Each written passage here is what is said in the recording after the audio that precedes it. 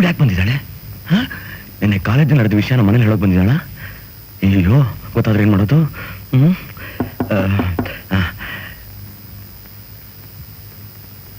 ಯಾರು? ನಾವು. ನೀವು ಅಂದ್ರೆ ಯಾರು? ಹೇಳ್ತೀವಿ, ಸ್ವಲ್ಪ ಬಾಗಿಲು ತೆಗಿರಿ. ನಿಮ್ಗೆ ಯಾರು ಬೇಕಾಗಿತ್ತು? ಧರ್ಮರಾಜ್ ಅವ್ರ ಮನೇಲಿ ಇದಾರಾ? ಅಯ್ಯೋ, ಮನೇಲಿ ಯಾರು ಇಲ್ಲ. ಯಾರು ಇಲ್ದಿದ್ರೆ ನೀವ್ಯಾರೇ ಮಾತಾಡ್ತಿರೋದು? ಕೆಲ್ಸಕ್ಕೆ ಬಾರ್ದವ್ರು ಅಂತ ತಿಳ್ಕೊಳ್ಳಿ.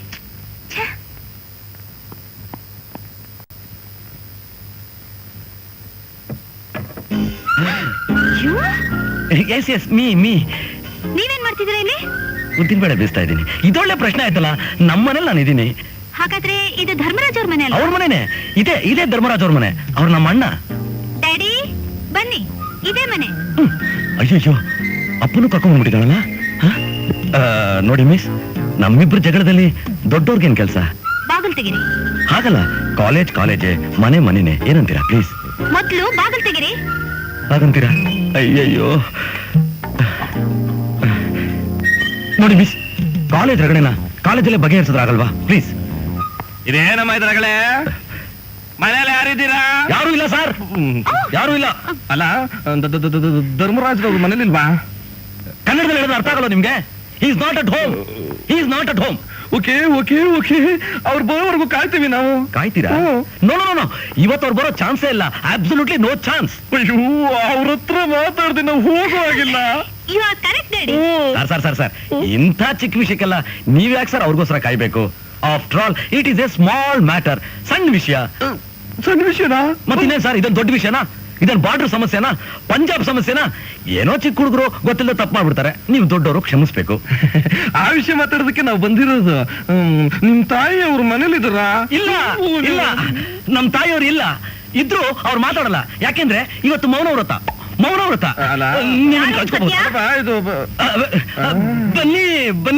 ಬನ್ನಿ ಅದಕ್ಕೆ ಇವರು ನಮಸ್ಕಾರಮ್ಮ. ನಮಸ್ಕಾರ. ಅಣ್ಣನ್ ಹುಡ್ಕೊಂಡ್ ಬಂದಿದ್ರಂತೆ. ಅಣ್ಣ ಮನೇಲಿಲ್ವಲ್ಲ ಇಲ್ಲ ಅಂತ ಹೇಳ್ಬಿಟ್ಟೆ. ಯಾರ್ ಬೇಕಾಗಿತ್ತು? ನಿಮ್ಮನ್ನ ನೋಡ್ಬೇಕು ಅಂತ ಬಂದ್ವಿ. ಕೂತ್ಕೊಳ್ಳಿ. ಕಾಫಿ ಮಾಡ್ಕೊಂಡ್ ಬಾಮ್ಮ. ಸರಿ, ಕೂತ್ಕೊಳ್ಳಿ. ಒಂದ್ ನಿಮಿಷ. ಅಮ್ಮ, ಹೇಳಿ. ನನ್ನ ಹೆಸರು ಜೈರಾವ್ ಅಂತ. ಅದಕ್ಕೆ ಈಗ ನೀವೇ ನನ್ನ ಮಾನ ಕಾಪಾಡ್ಬೇಕು. ಯಾಕೋ, ಏನಾಯ್ತು? ಕಾಲೇಜಲ್ಲಿ ಇವಳನ್ನ ನಾನಲ್ಲ, ನನ್ನ ಸ್ನೇಹಿತರು ಚುಡಾಯಿಸಿದ್ರು. ಇವಳು ಅವ್ರ ತಂದನ್ ಕರ್ಕೊಂಡ್ ಬಂದ್ಬಿಟ್ಟಿದ್ದಾಳೆ. ಅಷ್ಟೇನಾ? ನಾನ್ ನೋಡ್ಕೊಳ್ತೀನಿ. ಅಬ್ಬಾ, ಅಷ್ಟು ಮಾಡಿ ನನ್ನ ಮಾನ ಕಾಪಾಡಿ. ಅದಕ್ಕೆ ನೋಡಿ, ಅಣ್ಣನಿಗೆ ಮಾತ್ರ ಈ ವಿಷಯ ಗೊತ್ತಾಗೋದ್ ಬೇಡ. ಆಯ್ತು ಬಿಡು, ಸಾಯೋವರೆಗೂ ನಿಮ್ ಸೇವೆ ಮಾಡ್ಕೊಂಡಿರ್ತೀನಿ. ಸರಿ. ನೋಡಿ, ಅಣ್ಣನಿಗೆ ಈ ವಿಷಯ ಗೊತ್ತಾದ್ರೆ ಅಯ್ಯೋ ನಾನು ಹೇಳಿದ್ ನಿಮ್ಗೆ ಅರ್ಥ ಆಯ್ತಾ? ನಿಮ್ಗೆ ಕೋಪಿಸ್ಕೋಬೇಡಿ. ನನ್ನ ಮಗಳು ಲೀಲಾನು, ನಿಮ್ ಮಗ ತ್ಯಾಗರಾಜು ಲಂಡನ್ ಅಲ್ಲಿ ಒಟ್ಟಿಗೆ ಓದ್ತಿದ್ದಾಗ ಒಳ್ಳೆ ಸ್ನೇಹ ಬೆಳೆದಿದೆ. ಹೌದೇನು? ಸತ್ಯ ಅಮ್ಮ, ಅವ್ರ ಮಾತು ನಂಬೇಡಮ್ಮ. ಅವ್ರು ಹೇಳ್ತಾ ಇರೋದಲ್ಲ ಸುಳ್ಳು. ಓ, ನನ್ನ ಮಗಳು ಯಾವತ್ತೂ ಸುಳ್ಳು ಹೇಳೋದಿಲ್ಲ. ಅವಳು ಹೇಳಿದ್ದಲ್ಲ ನಿಜಾನೇ. ನಿಂದೊಳೆ ತಾಪತ್ರ ಕಡೆಯ, ಬಲ ಕಟ್ಟ ಕಡೆಯ. ಅವ್ನು ಯಾರು ಅಂತ ತಿಳ್ಕೊಂಡ್ರಿ? ನನ್ ಕೊನೆ ಮಗ ಸತ್ಯ. ಓ, ಬಲೆ ಹುಡುಗಾಟ ಆಡ್ತಾನಮ್ಮ. ಆಮೇಲೆ ವಿಷಯಕ್ಕೆ ಬರೋಣ. ಅದೇ ನಾನು ಆಗ್ಲೇ ಹೇಳದ್ನಲ್ಲ, ನನ್ನ ಜ್ಯೇಷ್ಠ ಪುತ್ರಿ ನೀಲುಗೂ ನಿಮ್ಮ ಮಗ ತ್ಯಾಗುಗೂ ಒಳ್ಳೆ ಸ್ನೇಹ ಇದೆ. ಆ ಸ್ನೇಹ ಸಂಬಂಧವಾಗಿ ಬೆಳೀಲಿ ಅಂತ ನನ್ನ ಆಸೆ. ಒಳ್ಳೆ ಆಸೆಗಳು ಯಾವಾಗ್ಲೂ ಈಡೇರ್ತೀರಾ. ಮಾಧವಿ, ಕಾಫಿ ತಗೊಂಡ್ ಬಾಮ್ಮ.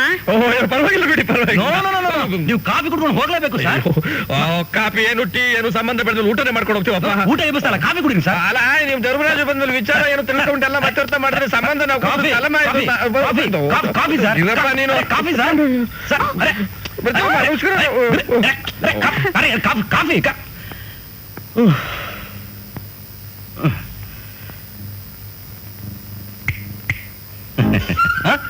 ನೀವಿನ್ನೂ ಹೋಗಿಲ್ವಾ? ಏನಾದ್ರೂ ಮರ್ತಿದ್ದೀರಾ? ನೀವು ನನಗೆ ಥ್ಯಾಂಕ್ಸ್ ಹೇಳ್ಬೇಕು. ಥ್ಯಾಂಕ್ಸಾ? ಯಾಕೆ? ನೀವು ಕಾಲೇಜಲ್ಲಿ ಮಾಡಿದ ಗಲಾಟೆನ ಹೇಳಿದ್ದಿದ್ರೆ ಇಷ್ಟೊತ್ತಿಗೆ ಏನಾಗ್ತಿತ್ತು ನಿಮ್ ಗತಿ? ಏನಾಗಿರೋದು? ನಮ್ಮ ಅಣ್ಣ ನನ್ನ ಚರ್ಮ ಸುಲ್ದಿರೋರು. ಅದಕ್ಕೆ ಥ್ಯಾಂಕ್ಸ್ ಹೇಳಿ ಎಂದಿದ್ದು. ಒಂದೇ ಮನೆಯವ್ರಿಗೆ ಥ್ಯಾಂಕ್ಸ್ ಎಲ್ಲ ಹೇಳ್ಬಾರ್ದು, ಚೆನ್ನಾಗಿರಲ್ಲ. ಒಂದೇ ಮನೆಯವರ? ಹಾ, ನಮ್ಮ ಅಣ್ಣ ನಿಮ್ಗೆ ಭಾವ ಆದ್ರೆ ನೀವು ನನಗೆ ಅತ್ತಿಗೆ ತಂಗಿ. ಅಂದ್ರೆ ಈ ಸಂಬಂಧ ಅನುಬಂಧ ಯಾಕಾಗಬಾರ್ದು?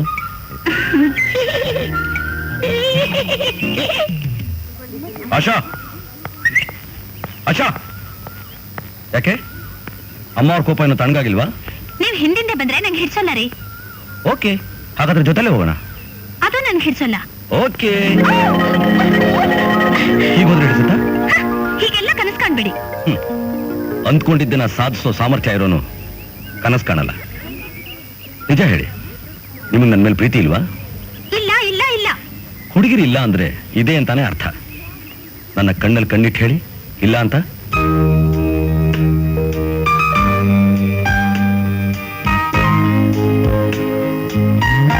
ಇಲ್ಲ ಅನ್ನಲ್ಲ. ಹಾಗಾದ್ರೆ ಖಂಡಿತ ನೀವು ಮನೇಲಿ ನನ್ನ ಮೇಲೆ ಕಂಪ್ಲೇಂಟ್ ಮಾಡ್ತಿದ್ರಿ. ಏನೋ ನಮ್ ಭಾವನ್ ತಮ್ಮ ಅಂತ. ಇದನ್ನೇ ಪ್ರೀತಿ ಅನ್ನೋದು. ಬಿಡಿ, ನಾನ್ ಕರೆಕ್ಟ್ ಗೊತ್ತಲ್ಲ. ನಾನ್ ಮಿಂಚು, ನನ್ಗೇನೂ ಆಗಲ್ಲ. ಬಿಡಿಪಾ ಪ್ಲೀಸ್. ಹೊಡ್ತಾ ತಿಂದ ಕೆನ್ನೆ ಬಿಸಿ ಇನ್ನೂ ಆರಿಲ್ಲ. ತಣ್ಣಗ್ ಮಾಡಿದ್ರೆ ಬಿಟ್ಬಿಡ್ತೀನಿ.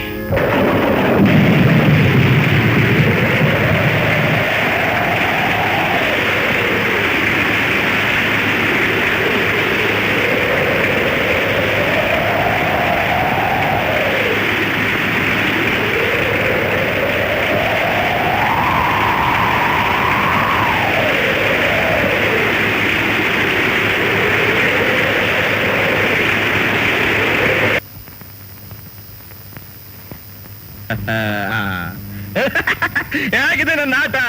ಏನೇ ಆದ್ರೂ ನಿಮಗ್ ಸೋಲ್ ಗ್ಯಾರಂಟಿ ಡ್ಯಾಡಿ. ಅಮ್ಮ, ಸಂಸಾರದಲ್ಲಿ ನಾನು ಸೋತಿರಬಹುದು, ಆದ್ರೆ ಚದುರಂಗದ ಆಟದಲ್ಲಿ ನನಗೆ ಸೋಲೇ ಇಲ್ಲ. ಸಂಸಾರದಲ್ಲಿ ನಾನು ಗೆದ್ದಿರೋದಕ್ಕೆ ಈ ಮನೆ ಈ ಶ್ರೀಮಂತಿಗೆ ಇನ್ನು ಉಳ್ಕೊಂಡಿರೋದು. ಹೌದಾ ಮಮ್ಮಿ? ಹೌದು ಕಣೆ. ಇಲ್ದೆ ಹೋಗಿದ್ರೆ ನಿಮ್ಮ ಡ್ಯಾಡಿ ಸಂಬಂಧಿಕರೇ ಎಲ್ಲ ಆಸ್ತಿನ ನುಂಗಿ ನೀರು ಕುಡಿದು ಬಿಡ್ತಿದ್ರು. ನೋಡು ನೀಲ, ಒಟ್ನಲ್ಲಿ ನೀನು ನಿಮ್ ತಂದೆ ಸೇರಿ ಮಾಡಿರೋ ಈ ಬಡ ಬೇವರ್ಸಿಗಳ ಸಂಬಂಧ ನನಗೆ ಸ್ವಲ್ಪನೂ ಇಷ್ಟ ಇಲ್ಲ. ನೋಡೇ, ತುಂಬಿದ ಮನೆ ಸೊಸೆಯಾಗಿ ಹೋದ್ರೆ ಸುಖ ಸಿಗೋಲ್ಲ ಕಣೆ. ಮನೆ ಹೊಡೆದ್ರು ಸುಖ ಸಿಗೋದಿಲ್ಲ ಮರಿ. ಮಧ್ಯ ಮಧ್ಯ ನೀವು ಬಾಯಿ ಹಾಕಬೇಡಿ, ಸುಮ್ಮನೆ ಕೂತ್ಕೊಳ್ಳಿ. ನೋಡಲಿಲ್ಲ, ಸಂಸಾರದ ಮೊದಲನೆಯ ಸೂತ್ರ ಅಂದ್ರೆ ಗಂಡನ ಮೂಗ್ಗೆ ಮೂಗದಾರ ಹಾಕೋದು. ಅಂದ್ರೆ ಅಂದ್ರೆ ಅಂದ್ರೆ ನಿಮ್ಮ ಅಮ್ಮನ ಮುಂದೆ ನಾನು ಕೋಲೆ ಬಸುಂತರ ತಲೆ ಆಡಿಸ್ತಾ ಇಲ್ವಾ? ಸುಮ್ಮನೆ ಕೂತ್ಕೊಳ್ರಿ. ನೋಡಲಿಲ್ಲ, ಗಂಡನ್ನ ಯಾವಾಗ್ಲೂ ಹದ್ದು ಬಸ್ನಲ್ಲಿ ಇಟ್ಕೋಬೇಕು. ಇಲ್ಲದೆ ಹೋದ್ರೆ ನಿಮ್ಮ ಅಪ್ಪನ ಕಟ್ಕೊಂಡು ನಾನು ಗೋಳಾಡ್ತಾ ಇಲ್ವಾ, ಹಾಗೆ ನೀನು ಗೋಳಾಡಿ ಕೊರಗಿ ಒಂಚಿ ಕಡ್ಡಿ ಆಗ್ಬಿಡ್ತೀಯ. ಅವಳು ಗೋಳಾಡಿ ಸುಳ್ಳು ಅಂತ ಹೇಳೋದಕ್ಕೆ ಅವಳು ಬಾಯೇ ಸಾಕ್ಷಿನಮ್ಮ. ಮುಚ್ಚಿಗೆ ಬಾಯಿ ಸಾಕು. ನಿಮ್ಮನ್ನ ಮದುವೆ ಆದ ಮೊದಲನೇ ದಿನದಿಂದ ನಿಮ್ಮ ಅಕ್ಕ, ನಿಮ್ ತಂಗಿ, ನಿಮ್ ತಾಯಿ, ನಿಮ್ ತಮ್ಮಂದ್ರ ಜೊತೆ ಉರ್ದುನೇ ಮುದುಕಿ ಆದೆ. ಮುದುಕಿ ಆದ್ಮೇಲೆ ನಾನು ಸುಖ ಕಂಡಿದ್ದು. ಹೌದೇ? ಮುದುಕಿ ಆದ್ಮೇಲೆ ತಾನೇ ನಿನ್ನನ್ನು ಸರಿಯಾಗಿ ಅಡ್ಜಸ್ಟ್ ಆಗಿದ್ದು. ಆಶಾ, ಆಮೇಲೆ ನಮ್ಮ ನೀವಿಬ್ರು ಹುಟ್ಟಿದ್ದು. ಹೌದು ಕಣೆ, ನಾನು ತುಂಬಿದ ಮನೆ ಬಿಟ್ಟು ಬಂದ ಮೇಲೆ ಮಕ್ಕಳ ಮುಖ ಕಂಡಿದ್ದು. ನೋಡ್ನಿಲ್ಲ, ನನಗೆ ತಿಳಿದ್ ನಿನಗೆ ಹೇಳ್ತೀನಮ್ಮ. ನೀನೇನಾದ್ರೂ ಅತ್ತೆ ಮಾವ ಅತ್ಕೆ ನಾದಿನಿ ಅಂತ ಅವ್ರ ಮದುವೆ ಮುಂಜಿ ಜವಳ ತಿಥಿ ಮತಿ ಅನ್ನೋ ಮುಲಾಜಿಗೆ ಬಿದ್ದೆ ಗೋವಿಂದ. ನಿನ್ ಗಂಡ ಸಂಪಾದನೆ ಮಾಡಿದಲ್ಲ ಅವರಿಗೆ ಬೊಸುದು ಅವನ್ ದಾಸಯ್ಯ ಆಗ್ಬಿಡ್ತಾನೆ. ಕೊನೆಗೆ ನಿನಗೂ ನಿನ್ನ ಮಕ್ಕಳ ಕೈಗೆ ಸಿಗೋದು ಒಂದು ಶಂಖ, ಒಂದು ಜಾಗಟೆ.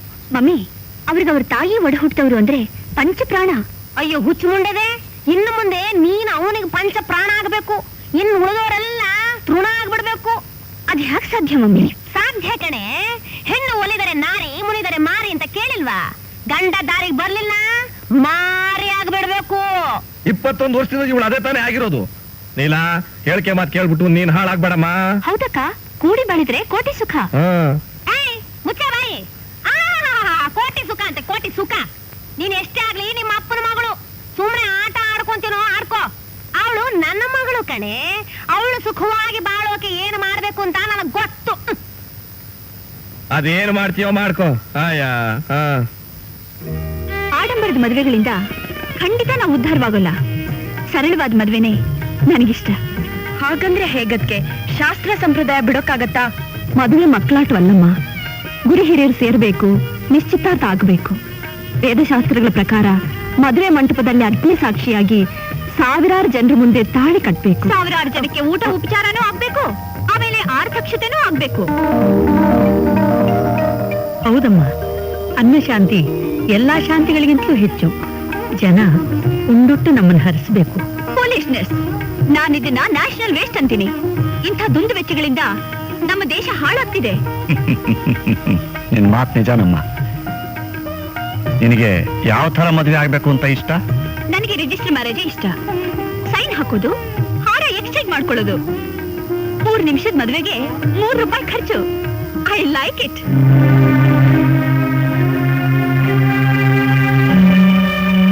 ನೀಲಾ, ನಡಿ, ನಿನಗೆ ಮನೆಗೆ ಹೋಗಿ ಲೇಟ್ ಆಯ್ತು. ಅಣ್ಣ, ನಾನು ಇವಳನ್ನ ಕಳಿಸ್ಬರ್ತೀನಿ.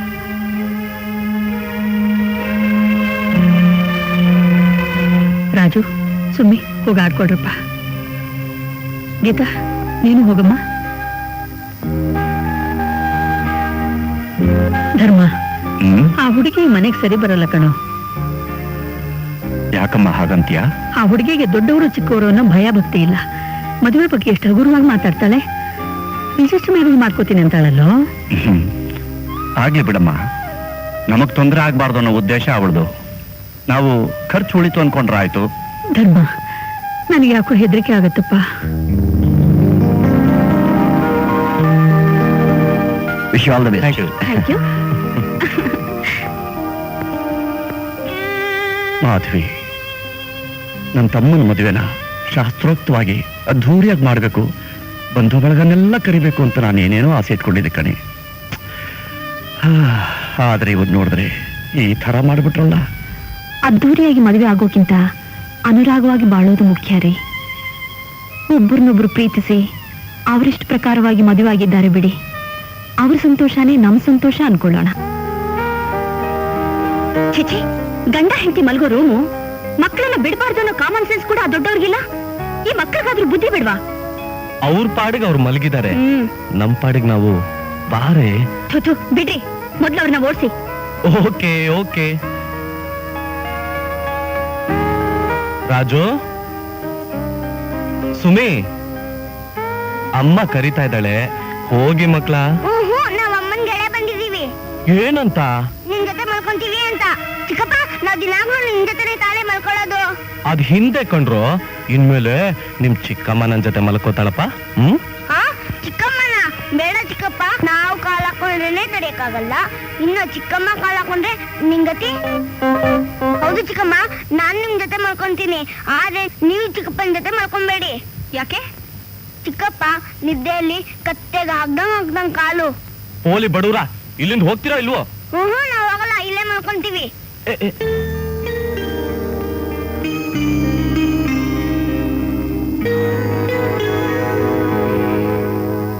ರಾಜ, ನಾವಿಬ್ರು ಹೀಗ್ ದಿನ ಭೇಟಿ ಆಗ್ತಿರೋದು ನಂಗೆ ಯಾಕೋ ಸರಿ ಕಾಣ್ತಿಲ್ಲ. ಯಾರಾದ್ರೂ ನೋಡಿದ್ರೆ ನಮ್ಮನೆ ತನಕ ವಿಷಯ ಹೋಗುತ್ತೆ. ಹೋಗ್ಲಿ ಬಿಡು ಗೀತಾ, ಅವ್ರಿಗೆ ಈ ವಿಷಯ ಗೊತ್ತಾದ್ರೆ ನಮ್ ಲೈನ್ ಕ್ಲಿಯರ್ ತಾನೆ. ಇಲ್ಲ ರಾಜ, ನೀವ್ ಶ್ರೀಮಂತರು, ನಾವ್ ಬಡವರು. ನನ್ಗೂ ನಿಮ್ಗೂ ಆಕಾಶ ಭೂಮಿಯಷ್ಟು ಅಂತರ ಇದೆ.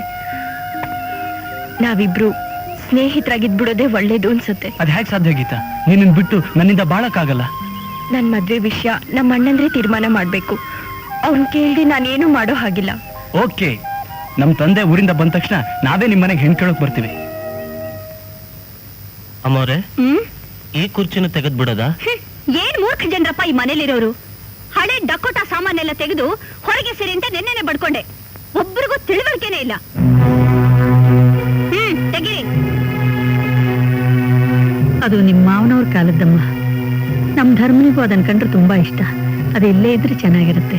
ಯಾವ್ದೆಲ್ಲಿಡಿಸ್ಬೇಕು ಅಂತ ನನಗ್ ಗೊತ್ತು, ನೀವು ಸುಮ್ಮನಿರಿ.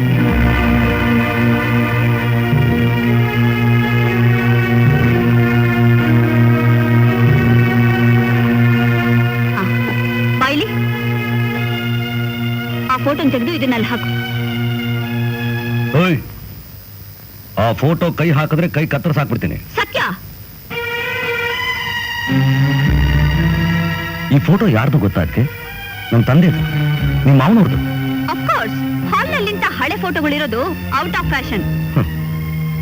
ಈ ಫೋಟೋನ ಔಟ್ ಆಫ್ ಫ್ಯಾಷನ್ ಅನ್ನು ನೀವು ನಾಳೆ ನಿಮ್ ತಂದೆ ತಾಯಿ ತಾತ ಮುತ್ತಾತರ ಫೋಟೋನು ಔಟ್ ಆಫ್ ಫ್ಯಾಷನ್ ಅಂತ ಹೇಳ್ತಿರೋ ಏನೋ? Shut up. ಕಾಲೇಜ್ನಲ್ಲಿ ಓದಿದ್ದು ಇಷ್ಟೇನಾ? ಕಾಲೇಜ್ನಲ್ಲಿ ಪೂರ್ವಿಕರ ಫೋಟೋ ತೆಗೆದು ಈ ಕೋತಿ ಕತ್ತೆ ಹೆಸರುಗತ್ತೆ ಇವುಗಳ ಫೋಟೋನ ಹಾಕು ಅಂತ ಹೇಳ್ಕೊಡ್ಲಿಲ್ಲ ಅದಕ್ಕೆ. ನಿನಗೇನ್ ಗೊತ್ತು ಮಾಡರ್ನ್ ಪೇಂಟಿಂಗ್ಸ್ ಅಂದ್ರೆ? ಆಹಾ, ಈ ಕೋತಿ ಮಾಡರ್ನ್ ಪೇಂಟಾ? ಬೆಳಗಾಗೆದ್ದು ಅನಿಷ್ಟಗಳನ್ನ ನೋಡಿದ್ರೆ ದರಿದ್ರ ಹತ್ತತ್ತೆ, ದರಿದ್ರ. Don't talk rubbish. ಸತ್ಯ, ಏನಪ್ಪ, ಏನು ಅದು ಗಲಾಟೆ? ಅದು ಅಪ್ಪಾಜಿಯವ್ರ ಫೋಟೋ ಹಾಲಲ್ಲಿದ್ರೆ ಚೆನ್ನಾಗಿರಲ್ಲ ಅಂತ ಹೇಳ್ತಿದ್ದಾರೆ ಅದಕ್ಕೆ. ಹೌದು, ಈ ಹಳೆ ಫೋಟೋ ಇಲ್ಲಿ ಚೆನ್ನಾಗಿ ಕಾಣೋಲ್ಲ. ನೀಲ ಹೇಳೋದು ಅಕ್ಷರಶಃ ಸತ್ಯ. ಅಪ್ಪಾಜಿ ಫೋಟೋ ನನ್ನ ರೂಮ್ನಲ್ಲಿದ್ದರೇನೆ ಚೆನ್ನ.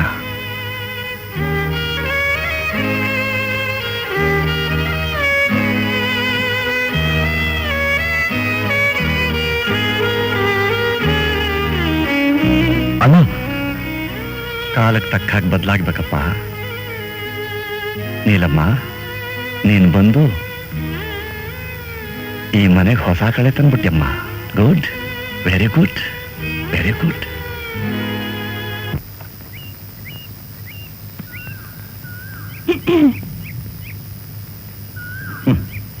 ನಾನು ಈ ಡ್ರೆಸ್ನಲ್ಲಿ ಹೇಗೆ ಕಾಣಿಸ್ತೀನಿ? ಕೋತಿ ತರ ಕಾಣಿಸ್ತೀಯ. ನಾನ್ ಚೆನ್ನಾಗಿ ಕಾಣಿಸ್ತೀನಿ ಅಂತ ನಿಮ್ಗೆ ಹೊಟ್ಟೆ ಕಿಚ್ಚು. ನೋಡಾಶಾ, ಹೆಣ್ಗೆ ಅಂತ ಬೇರೆ ಡ್ರೆಸ್ ಇದೆ. ನೀನ್ ಈ ರೀತಿ ಅಲಂಕಾರ ಮಾಡ್ಕೊಂಡ್ರೆ ಪಾಪ ಹುಡುಗರ ಗತಿ ಏನು? ಅದಕ್ಕೆ ಯೂನಿವರ್ಸಿಟಿ ರಿಸಲ್ಟ್ ಇಷ್ಟೊಂದು ಗಬ್ಬೆದ್ದೋಗಿರೋದು. ನಾನ್ ಯಾವ ಬಟ್ಟೆ ಹಾಕೊಂಡ್ರೆ ಚೆನ್ನಾಗಿ ಕಾಣಿಸ್ತೀನಿ? ಹೆಣ್ಣು ಅಲಂಕಾರ ಮಾಡ್ಕೊಂಡ್ರೆ ಕಣ್ ಕುಕ್ಕೋ ಹಾಗಿರಬಾರ್ದು, ಕಣ್ಗೂ ಮನಸ್ಗೂ ಆನಂದ ಕೊಡೋ ಹಾಗಿರ್ಬೇಕು.